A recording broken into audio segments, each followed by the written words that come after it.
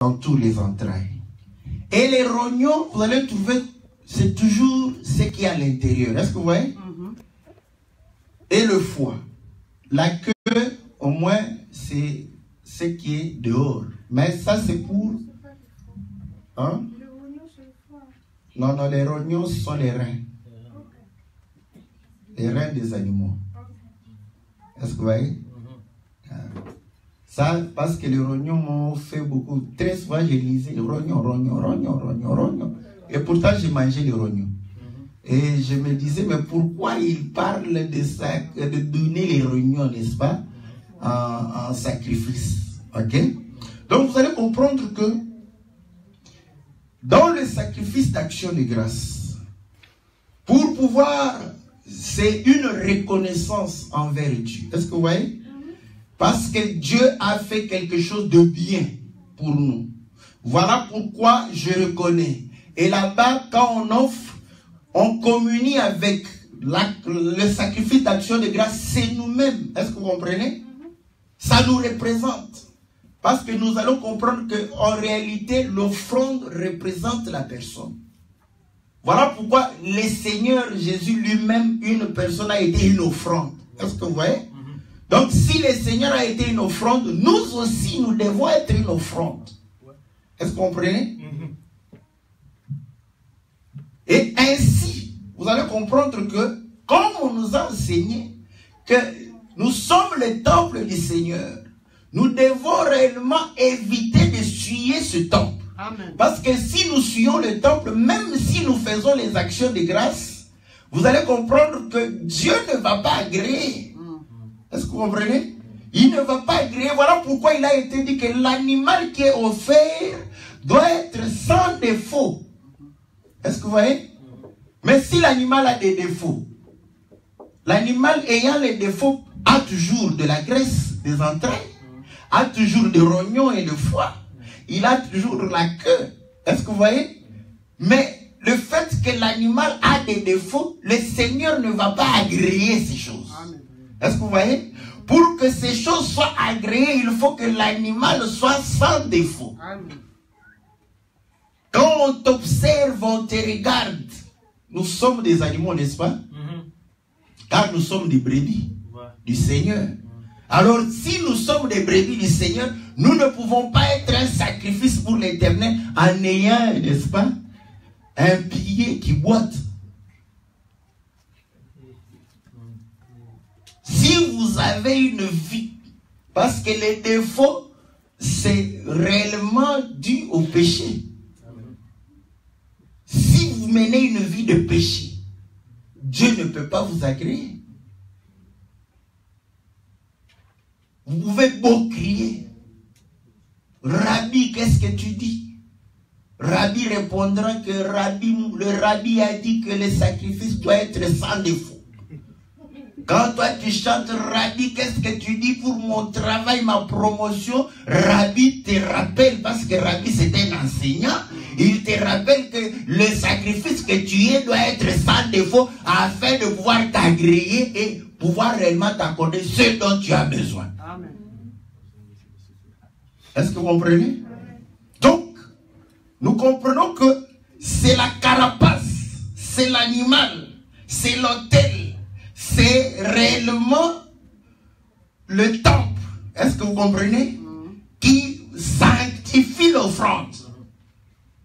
Il faut que Dieu puisse sanctifier le temple afin que les offrandes soient sanctifiées.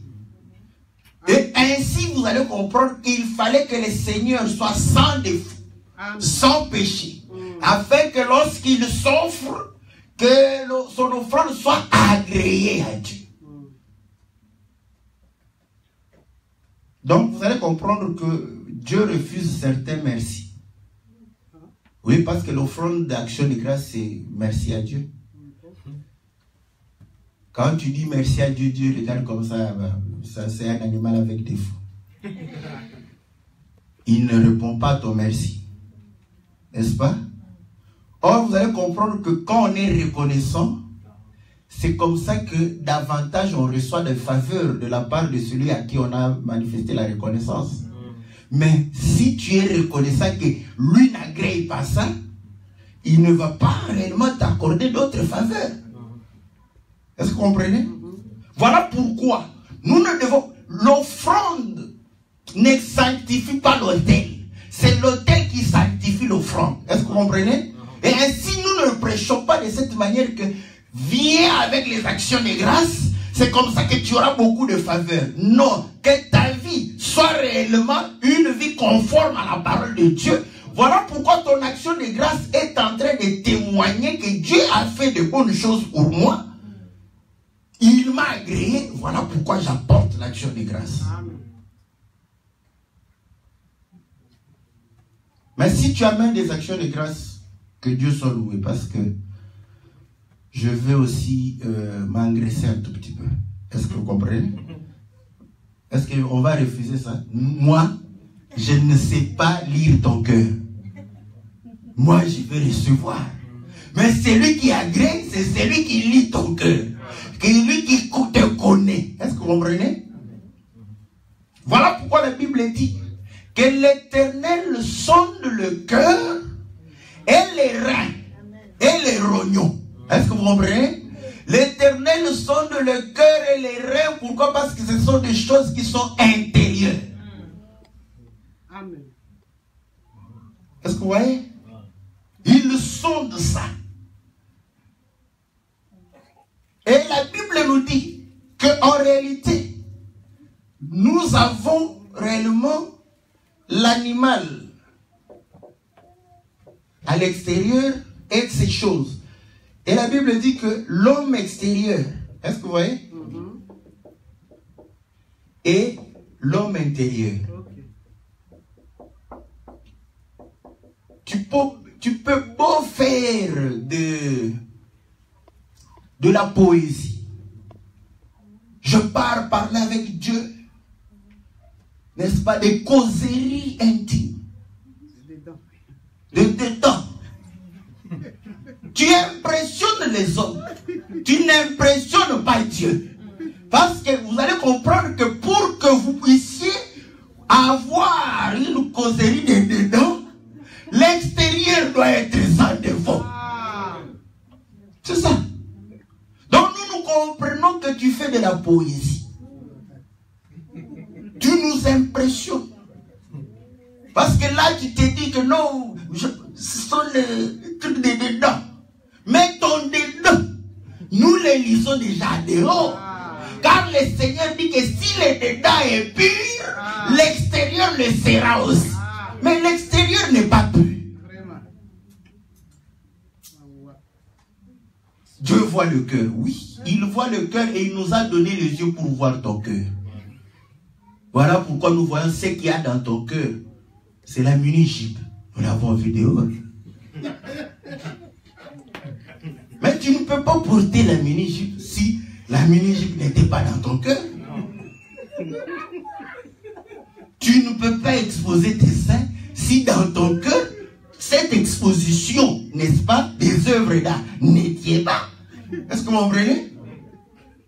Tu te crois au musée, que tu es devenu, n'est-ce pas? D'ailleurs, quand vous allez au musée, vous allez comprendre que c'est là où on expose les seins des femmes, la nudité de la femme. Les artistes, ce qui les intéresse, c'est ça. Est-ce que vous comprenez? Donc, nous comprenons que Dieu ne peut pas agréer l'intérieur si l'extérieur n'est pas conforme. Est-ce que vous comprenez? D'où, lorsque nous devons être un sacrifice, c'est là où Pierre commence, rejetant toute malice, toute ruse, dissimulation, médisance. Frères et sœurs, je vous dis des choses pratiques. Pour ne pas médire, parler de la parole du Seigneur. Amen. C'est simple comme bonjour. Bonjour papa, bonjour maman. Parce que tu vas te dire, ah vraiment, les choses de Dieu sont faciles, je vous dis, faciles pour celui qui se laisse emporter par le Saint-Esprit. Amen. Facile. Facile. Médire, mal dire. Mal dire. Médire, c'est ça, mal dire de quelqu'un. c'est maudire quelqu'un. C'est ça la médisance. Quelqu'un qui fait la médisance, c'est quelqu'un qui maudit. Donc, c'est une personne sorcière qui ne vole pas la nuit, mais qui envoûte les gens la journée. Mais c'est la même chose.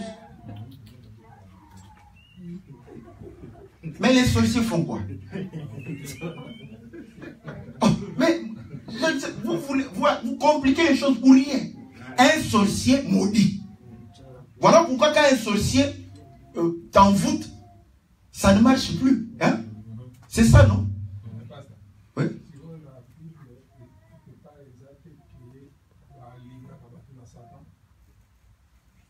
Si, mais quand on te livre à Satan, c'est-à-dire quand on trouve que tu es ami de Satan, on comprend, on dit, mais toi, on ne va pas te retenir ici. Ton ami, c'est Satan, on te livre. N'est-ce pas? Donc,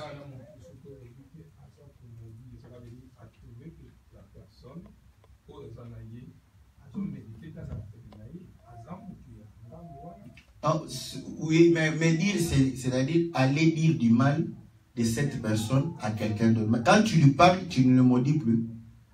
Quand tu lui parles, tu es en train de le ramener à la parole. La médisance, c'est la personne concernée, au lieu que je lui parle, je pars le dire. Ah, c'est dit, tu sais, j'ignore tout ça. Donc, même si j'ignore l'a fait, c'est déjà médire. Tu parles mal de j'ignore. Mais si je parle à j'ignore, je ne parle pas je lui parle de son mal. Est-ce que vous comprenez? Afin qu'il se corrige. Est-ce que vous comprenez? Donc c'est vraiment, c'est comme ça que nous disons, ceux qui médisent, maudissent. Voilà pourquoi les devins maudissaient. Les devins, c'était des sorciers, des magiciens. On a appelé Balaam pour faire quoi? Pour maudire le peuple d'Israël. Est-ce que vous comprenez? Donc la médisance, c'est ça. C'est ce que nous sommes en train de dire, que c'est de la sorcellerie.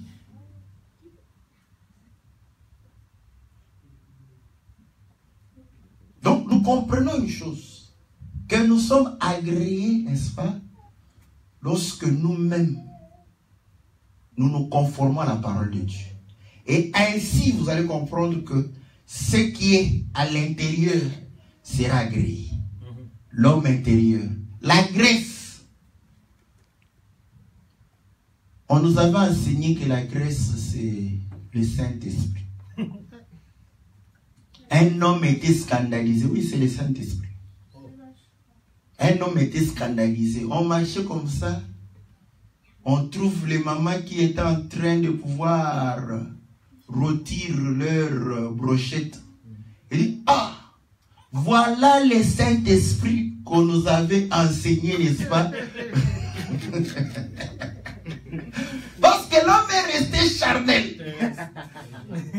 Terrestre. Et diabolique parce que vous voyez qu'il ne comprend pas de ce qu'on est en train de pouvoir parler. Ça m'a forcé quand même de chercher une écriture. Parce que l'écriture est là pour convaincre. Vous comprenez? Pour convaincre, afin que tu comprennes que la graisse. Voilà pourquoi le Seigneur dit que de tous les sacrifices, vous ne mangerez ni la graisse, ni le sang. Est-ce que vous comprenez? Dieu a privé à Israël le sang. Or, le sang, dans le sang, c'est la vie. Donc, Dieu avait privé à Israël la vie. Est-ce que vous comprenez? Voilà pourquoi quand le Seigneur vient, parce qu'il savait que c'était chose privée à Israël, le Seigneur prend le sang, il dit, buvez-en, parce que vous avez besoin de la vie, je vous donne ma vie. Est-ce que vous comprenez? Mais eux, on leur a interdit aussi la graisse. On m'a enseigné ça. Et c'était vrai. Donc, ne vous en faites, quand je vais démontrer ici, vous allez dire, oh, pasteur Philippe, en tout cas, il est dans les démonstrations, j'ai été enseignant aussi. Voilà pourquoi quand vous maîtrisez l'enseignement, vous pouvez le communiquer facilement. Est-ce que vous comprenez? Mais parfois quand on communique comme ça, on a la gloire. Ah, oui, oui. Parce que quand je prêche, beaucoup de gens croient que directement Dieu est en train de pouvoir inspirer. Hein? Et beaucoup sont ingrats de reconnaître qu'ils ont entendu ces choses. Voilà. Il faut être reconnaissant envers les hommes que Dieu a utilisés pour dire qu'ils nous ont bien enseignés. Voilà. La plupart des choses qu'on enseigne ici, nous les avons écoutées. Amen. Et ce sont les enseignements qui durent donc, il y a de cela 20 ans. Donc nous les avons mûris encore. Voilà. Mais la grâce c'est quoi? C'est de prendre ce qu'on t'a enseigné, de pouvoir communiquer avec la grâce que Dieu t'a faite. Voilà. Parce que même la personne qui m'a enseigné, il va bénéficier. Il se dit, ah, mais ces choses, il l'a enseigné, mais il enseigne avec un plus. Oui, c'est comme ça que le Seigneur fait. Vous savez, si on était des orgueilleux, je pouvais aussi devenir un prophète du temps de la fin. Vous allez croire à ça? Parce que tout ce que je vais vous dire, je vais vous dire que c'est Dieu directement qui me dit. Et pourtant, je suis enseigné aussi. Est-ce que vous comprenez? Ah. Chez nous, parce que dans l'église, notre église, c'était l'école des ministres.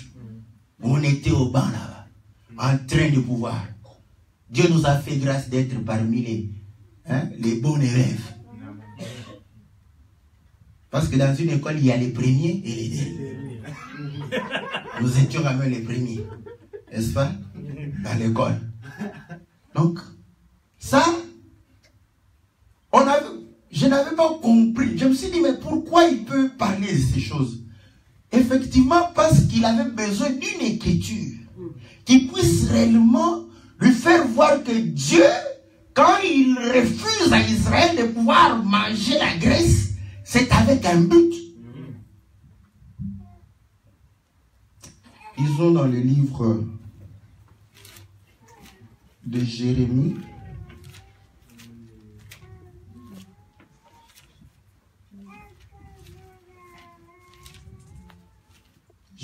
je crois, chapitre 10, si je ne me trompe pas.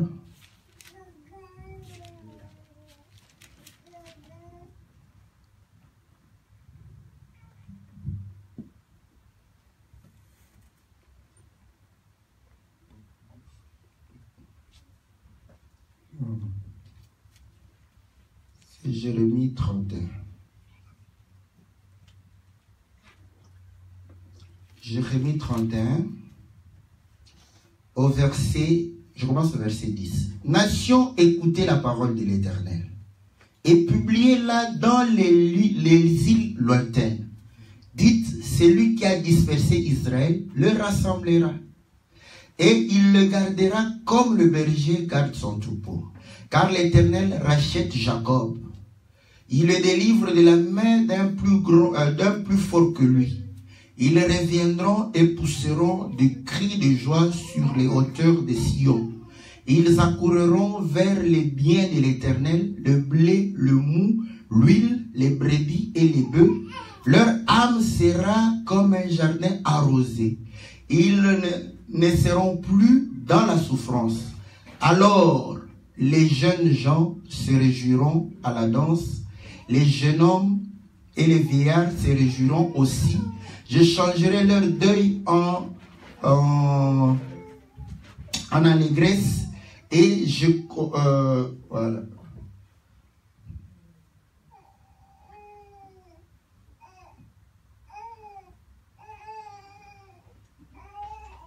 En allégresse et je les consolerai.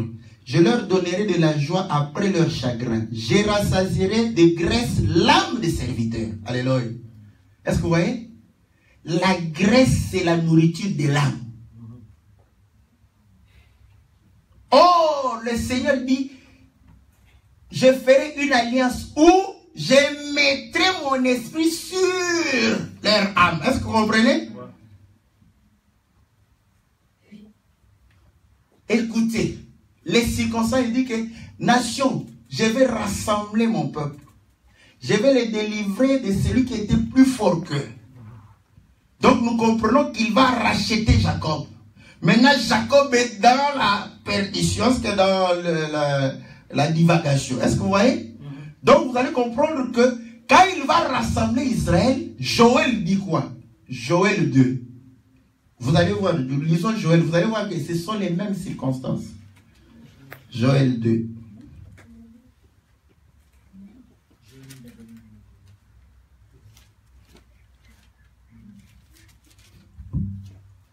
Joël, chapitre 2.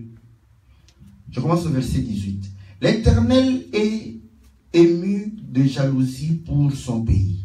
Il épargne son peuple. L'Éternel répond, il dit à son peuple, voici, je vous enverrai du blé, du mou, de l'huile, et vous en serez rassasiés. Je ne vous livrerai plus à l'opprobre parmi les nations. J'éloignerai de vous l'ennemi du nord, je chasserai vers une terre aride et déserte, son avant-garde dans la mer orientale, son arrière-garde dans la mer occidentale. Et je saute encore, je prends au verset 23. Et vous, enfants de Sion, soyez dans l'allégresse, réjouissez-vous en l'Éternel votre Dieu, car il vous donnera la pluie en son temps. Il vous enverra la pluie de la première et de l'arrière-saison comme autrefois. Les airs se rempliront de blé et les cuves regorgeront de mou et d'huile. Je vous remplacerai les années quand dévorer la sauterelle, le gélec, le asile et le gazelle, ma grande armée que j'avais envoyée contre vous. Vous mangerez et vous vous rassasierez. Et vous célébrerez le nom de l'Éternel votre Dieu, qui aura fait pour vous des prodiges, et mon peuple ne sera plus jamais dans la confusion. Vous saurez que je suis au milieu d'Israël et je suis l'Éternel votre Dieu et qu'il n'y en a point d'autre. Et mon peuple ne sera plus jamais dans la confusion. Après cela, je répandrai mon esprit sur toute chair. Cela s'est accompli quand le Seigneur a répandu, n'est-ce pas, à la Pentecôte, son esprit, n'est-ce pas? Et la Bible dit que pour que Israël reconnaisse le Seigneur, Dieu doit répandre sur Israël l'esprit de la repentance. Est-ce que vous voyez? Mais vous comprenez que c'est dans les mêmes circonstances. Quand il y a de la nourriture, quand il y a la fête, car le Saint-Esprit, quand le Saint-Esprit est descendu, c'était la fête. Voilà pourquoi les gens disent qu'ils ont bu. Les gens qui boivent, ils boivent pendant la fête. Est-ce que vous comprenez? Donc nous comprenons que le Seigneur leur avait privé du Saint-Esprit et de la vie. Quand vous n'avez pas l'Esprit du Seigneur, vous n'avez pas la vie. Est-ce que vous voyez? Et ainsi vous allez comprendre que lorsque nous communions, nous rendons grâce à Dieu.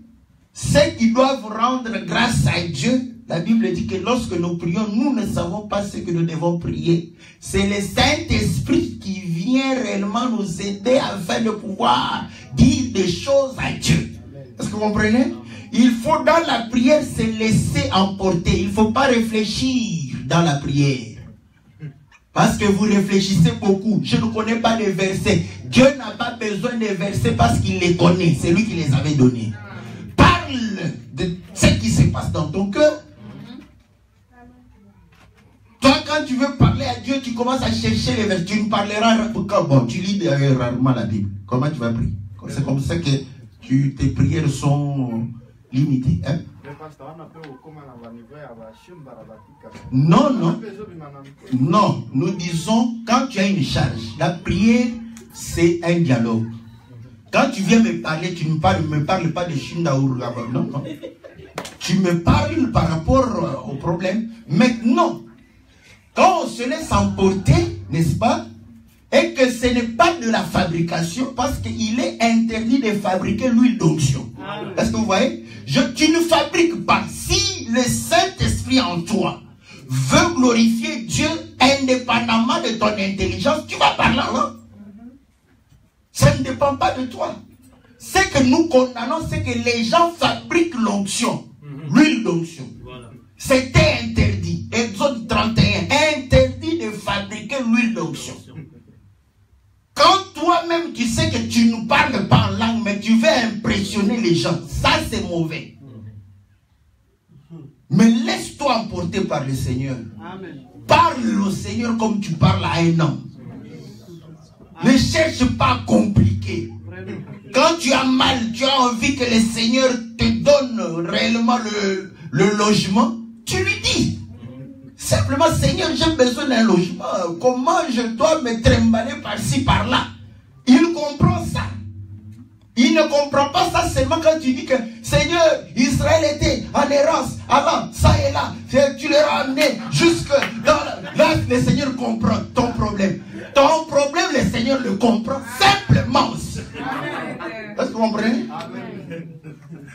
Mais lorsque nous faisons, parce que nous connaissons la parole, comme nous savons qu'il est le même hier, aujourd'hui et éternel. Comme il a fait pour Israël, nous lui disons qu'il a fait pour Israël, fait pour nous. Mais celui qui ne sait pas ça, Dieu va l'écouter toujours. Parce qu'il exprime. Toi qui as fait cette prière, et celui qui a dit directement à Dieu, je n'ai pas de logement. Dieu vous exauce de la même manière. Est-ce que vous comprenez? Donc, vous allez comprendre que ce qui rend action de grâce à Dieu, c'est l'esprit en nous. Est-ce que vous voyez?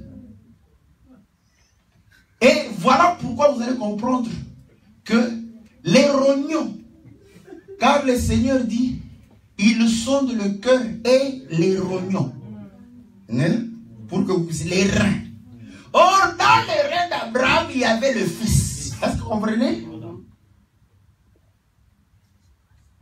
Or, le fils, ce sont les entrailles. Est-ce que vous comprenez? Le fils, ce sont les entrailles. Et ainsi, vous allez comprendre que l'homme intérieur, ce sont les entrailles. C'est ce que Dieu agrée. Quand réellement, l'homme extérieur obéit à la parole de Dieu, l'homme intérieur, n'est-ce pas, va pouvoir réellement rendre les actions de grâce à Dieu. Va glorifier le Seigneur.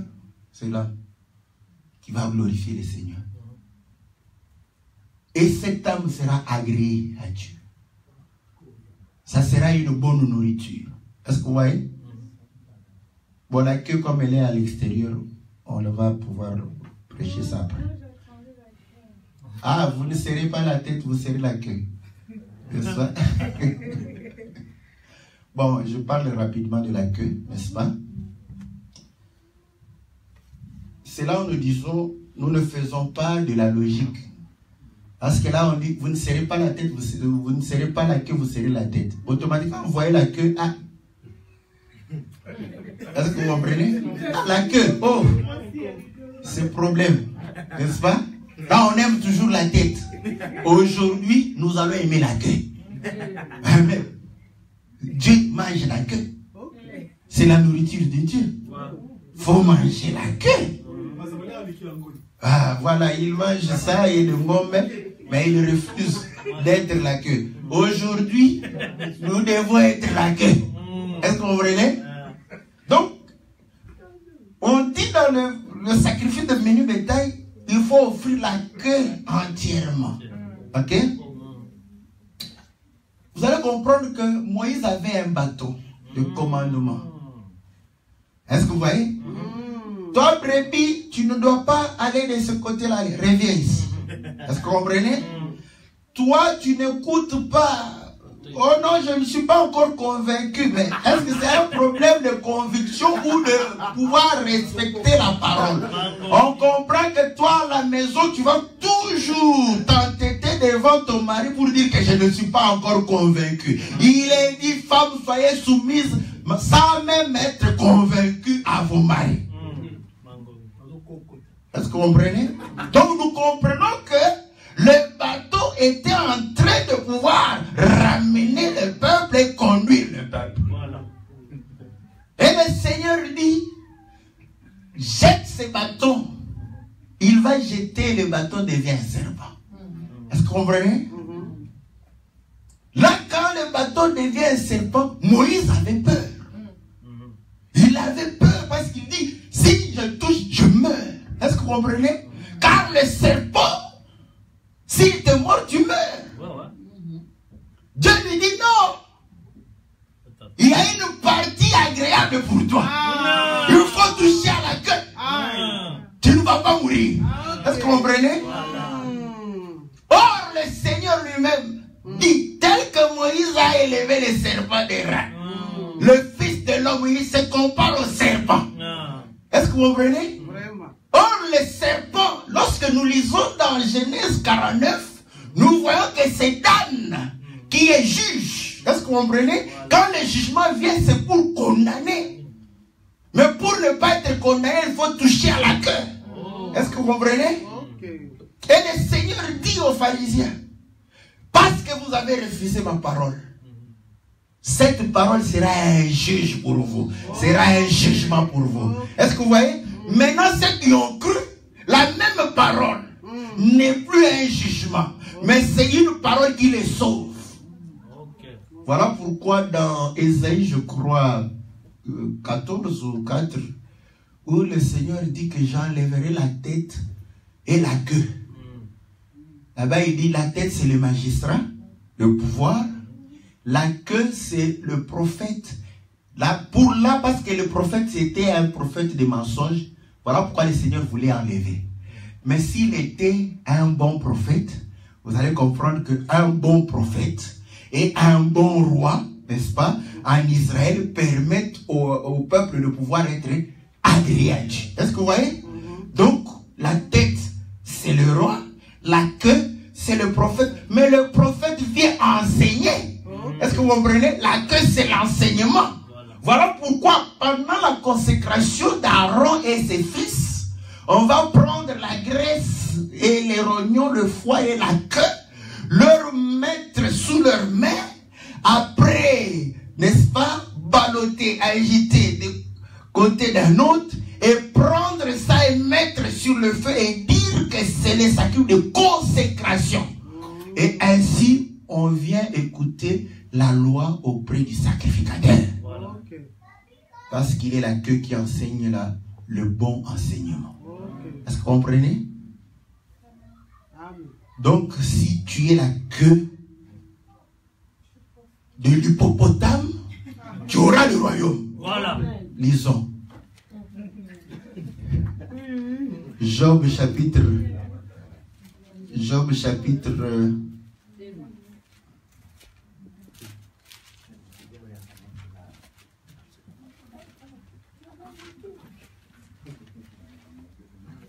J'aime pas enseigner comme ça, hein?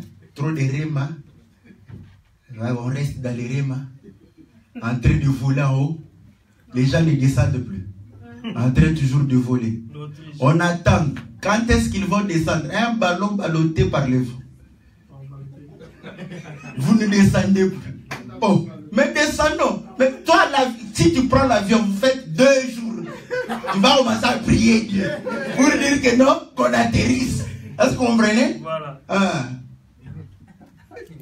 Job chapitre 40 au verset 11. Voici, je commence au verset 10. Voici l'hippopotame à qui j'ai donné la vie comme à toi. Il mange l'herbe comme le bœuf. Le voici, sa force est dans ses reins et sa vigueur dans les muscles de son ventre. Il plie sa queue aussi ferme qu'un cèdre. Or, le cèdre, c'est le roi de la forêt. Est-ce que ce n'est pas Werason? Parce que tu vas croire que c'est Werason. Ce n'est pas Werason. Le roi de la... Parce que le cèdre domine la forêt. Est-ce que vous comprenez? Et nous sommes réellement... Est-ce que vous voyez que l'hippopotame a la royauté dans son queue? Le queue ou sa queue? La queue? Bon, que le queue, c'est que. Est-ce que vous comprenez? Ici, vous allez comprendre que le royaume est... Parce que l'enseignement est là-bas. Voilà pourquoi Dieu a prévu de sauver les gens par la prédication. Et la prédication de la croix. Et ainsi pour purifier, n'est-ce pas, les lépreux, on prenait le cèdre, n'est-ce pas, pour purifier. Et vous allez comprendre que le Seigneur qui était roi, il est mort à la croix. Il n'y a que nous qui reconnaissons que c'est un cèdre. Parce que c'était Pilate qui avait écrit Jésus le roi des Juifs. Les Israélites ont dit non. Ils se disaient ce qui est écrit est écrit. Là quand on dit que comme il est écrit qu'il n'y aura pas de femmes stériles, c'est qui est écrit est écrit. N'est-ce pas? Alléluia. Mais quand on va te dire que Tu dois t'habiller de manière décente, avec pudeur. C'est écrit. Ce qui est écrit est écrit. Qu'est-ce que tu veux? On change pour toi? On ne va pas changer. C'est écrit. Qu'est-ce que tu veux? Ce qui est écrit est écrit. Comme ta bénédiction est écrite, ce qui est écrit est écrit. Tu seras béni. Amen. Tu dois aussi t'habiller de manière décente. Amen. Avec pudeur. Amen. Parce que c'est écrit. Que le Seigneur nous bénisse.